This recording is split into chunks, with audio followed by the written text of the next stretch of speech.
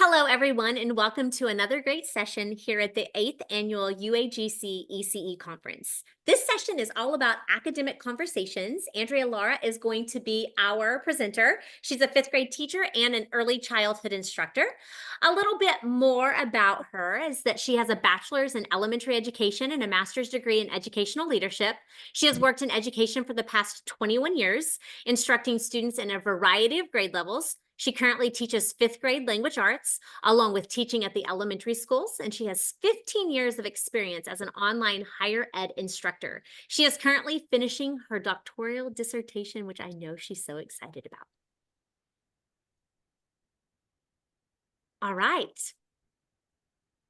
We kindly request your attention for a brief moment in the spirit of transparency and utmost respect for our community. We have some information on the screen that we would like you to read. And by taking a few moments to read through the disclaimer, you will empower yourself with important information regarding the boundaries of our knowledge sharing environment.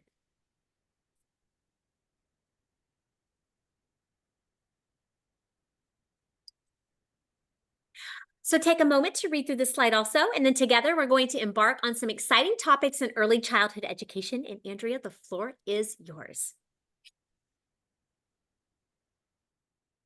All right. Thank you so much for joining me today. I'm so excited to be presenting about academic conversations.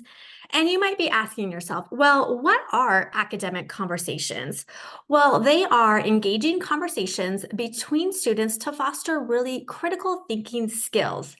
Academic conversations can be done with any grade or any subject. Academic conversations are structured discussions that engage students in learning. Academic conversations are not just casual chats. The conversations revolve around academic content, ideas, and concepts that are being taught. They have a specific purpose related to the learning objectives. And there are so many benefits of academic conversations. I think one of the biggest benefit is it really holds students accountable for their own learning. It also fosters a critical thinking skills, which is so important for students at any age. It gives students the opportunity to analyze information. They have the chance to evaluate different perspectives, and those perspectives being from their different class members.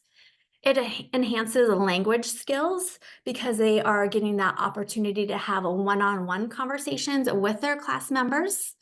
It teaches students how to collaborate with others. It also develops teamwork and improves their communication skills, really helps them learn how to communicate with others, and increases classroom engagement, which is what all teachers are really always wanting to achieve. So before you can actually start having academic conversations in the classroom, you do need to set up some routines. So the very first thing that you need to do is you need to determine who your A and B partners are. Now, for the younger grades, you could do something fun, like for kindergarten or 1st grade. You could have one partner be peanut butter and then one partner be jelly. Another fun one would be like a car and then gas. And then usually for 2nd grade and higher, you would just have them be their A and B partners. What I typically do is I will laminate the cards and then tape them on the desk. So that way the students know wherever they're sitting that they will be an A partner whenever we do have these types of conversations in the classroom. And then obviously for our lower grades, you could always print a picture of a jar of peanut butter or a jar of jelly, print those out, laminate them, and also put them on the desk for the students. The next thing before you get started is you really need to state the expectations. One of my biggest expectations I do when I have these conversations in the classroom is that everyone should be at a voice level 1. That means that everyone should be using a whisper voice, and we have a discussion about if everyone was higher than that whisper voice, then you really wouldn't be able to hear that your partner and the important things that they were trying to tell you. And then you also have to go over the expectation of who goes first. So partner A is going to go first, and then partner B goes. And then you'll see in my example in a little bit that you're going to kind of switch those roles.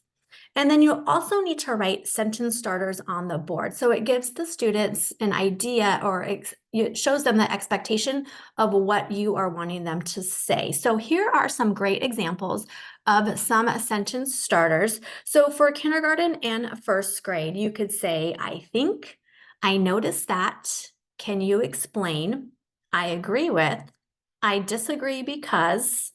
And then second grade, third grade, or higher, you could say, I agree with blank because. Can you explain how you got that answer? I noticed that blank. What do you think? Let's compare blank and blank. And I'm not sure I understand. Can you clarify? So these are just some examples of sentence starters that you can use while you're having these academic conversations. Obviously, there's tons out there. If there's one that you prefer better, you can definitely use that as well. So I wanted to provide you some different examples of these academic conversations. So the first one that I'm going to start off with is going to be a third grade reading example. So I'm kind of set the scene for you. So we already have, because it's third grade, they have their A and their B partners on their desk. So they already know who's going to be the A partner, who's going to be the B partner. Now on my board, I also take the cards that I laminate them and I put a magnet on the back and I put it on my board. So I'll have my A up there and I have my B up there. Now, next to my A, it's going to say, tells the answer. And then next to the B, it's going to say, I agree / disagree because. So that's going to be the sentence starter that we're going to use for this third grade example is I agree with you because, or I disagree with you because. So we're going to be reading out of our reading textbook. So the students have that on their desk and they also have their composition notebook right next to them with a pencil. So we're going through, we're reading our story, we're doing some choral reading, some echo reading, we're doing some volunteer reading if students want to volunteer to read, and then we get to our stopping point. And the question is, what characteristics does Sally have? So I'm going to give you 1 minute, write down in your reading notebook, what are the characteristics of Sally? So this really gives the students an opportunity to do some thinking and to even look back in the book to find those answers so that way they're prepared for their academic conversation. So after about 1 minute of the students kind of jotting down what are some of those characteristics of Sally, I say, okay, my A partner, you're going to turn to your B partner and you're going to tell what are the characteristics of Sally. My B partners, you're either going to say, I agree because, or I disagree because. So now really adding on that because piece really fosters those critical thinking skills because they have to figure out why do they agree with their partner or why they might not agree with their partner. So I give the students 2 to 3 minutes to share. So they'll go through, my A partners are going to tell the answer, my B partners are going to say, I agree or I disagree and why. And then I'm going to grab their attention with however you like to grab their attention. And then we have 3 to 4 groups share. So we discuss, what did you and your partner talk about? And so after sharing, then I'll wrap up the conversation with, what were the characteristics of Sally? And then we go ahead and we move on with our reading.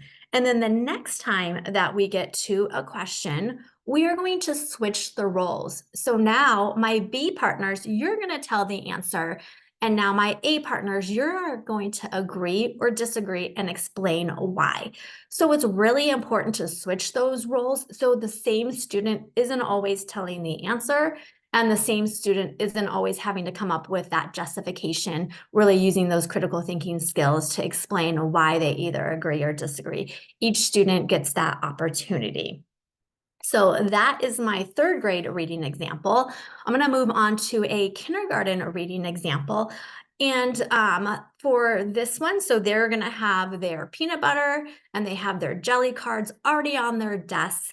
And then on my board, I'm going to have my peanut butter card already with my magnet on my whiteboard and then my jelly, except for next to peanut butter, I'm going to put tells the answer. And then next to jelly, it's going to just say, I agree or disagree. So obviously with kindergarten, especially they're just learning how to do academic conversations. because the explaining their thinking is going to be a little bit more challenging for them.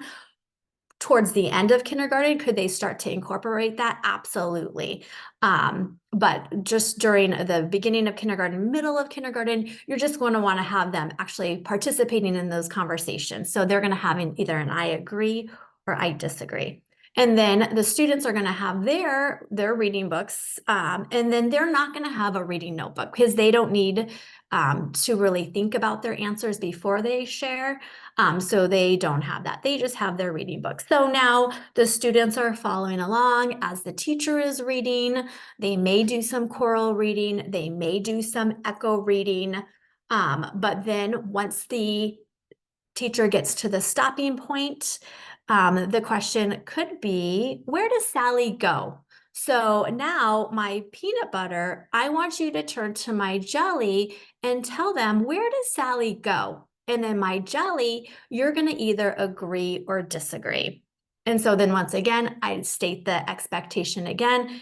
Peanut butter, you're going to tell jelly, where does Sally go? And then jelly, you're going to tell your partner if you agree or disagree. So I give them 2 to 3 minutes to share their answers. You can kind of gauge the audience, see if they finish a little bit faster. Kindergarten may finish a little bit faster because they don't have that because aspect of it. And then you would grab their attention. And then once again, you would have 2 to 3 groups share, and then I'd wrap up the conversation with what the correct answer is. And then we continue with reading. And then once again, when we get to another stopping point with a question, we would switch the roles. So now my jelly, you're going to tell the answer. And then my peanut butter, you're going to either agree or disagree. So that is a kindergarten reading example. Like I said, you can do this with any grade level. It definitely works great with math. With math, you can really get students to explain how they solved the problem, which is a great aspect of critical thinking. If they can really explain how they solve their math problem, then you can tell that they really are understanding that concept or standard. All right. So in conclusion, academic conversations in the classroom promote active engagement, critical thinking, and effective communication skills, preparing students to succeed academically and in their future endeavors. Thank you so much. Have a great day. Thank you everyone so much for picking this session, and I hope that you will pick another one.